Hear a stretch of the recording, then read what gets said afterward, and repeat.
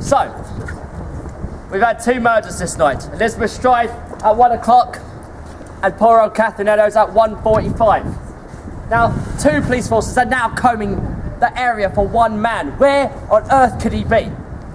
And about 2:30 in the morning, PC Alfred Long of the Whitechapel Constabulary, because we've come back into Whitechapel now, has gone around looking through the dark alleyways and entranceways to the tenement blocks, and especially at Wentworth Model Dwellings. Now you can see it's still the same building, by these circular things up there, and it's still the same up there. Now at 2:30 in the morning, Alfred has looked in the entranceway to Wentworth Model Dwellings, and as he shone his bullseye lantern down on the floor, he sees a rag. He goes to pick it up, but as he does so, he drops it because it's wet and it stinks. And when he takes a closer look, it turns out that this is not rag. It's actually torn apron. Apron torn away from Catherine Eddowes' own effects, and it's covered, sodden in her blood and feces. So trying to wipe this off on his trousers, he's noticed there's something else, something a lot more interesting inside the entranceway to Wentworth Model Dwellings. Because written on the wall are these words: "The Jews are the men that will not be blamed for nothing." Cryptic message from our killer, or a piece of anti-Semitic graffiti we still don't know. Many people believe that whoever's written this is just a bit thick. It doesn't know how to spell Jews properly, implicating the Jews who lived there. Some people think that he's actually trying to take the rise out of the City of London police, whose nickname is the Jews.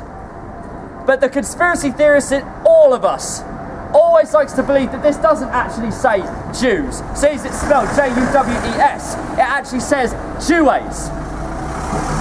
And the Jeways are apparently the 3 men in Freemason mythology who murdered the grand architect of the Temple of Solomon.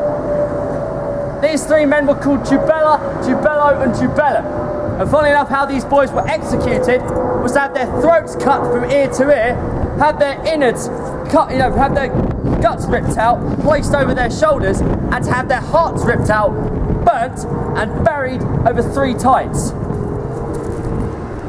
I always like to say that because it's quite funny that one of the highest Freemasons in the land should turn up here at 4 o'clock in the morning.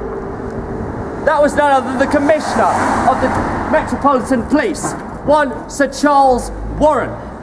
And when Charles turns up, he looks at this message and orders for it to be washed away, clean away, because apparently he doesn't want to incite racial hatred around the area. But according to everyone else, he's trying to mess around with evidence.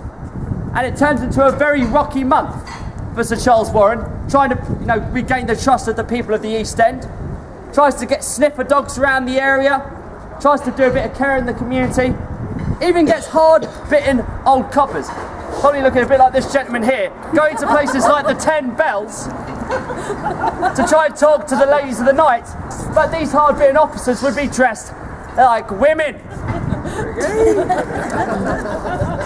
Generally note, a lot of these guys were not trusted, and Sir Charles Warren wasn't trusted. So by the start of November, Charles has to resign as the Commissioner of the Met.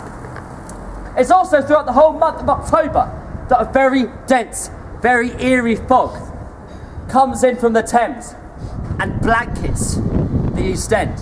Perfect hunting conditions for our killer, maybe.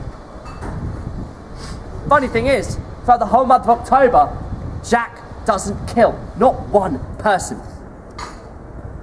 But what happened the last time? He took a very substantial break.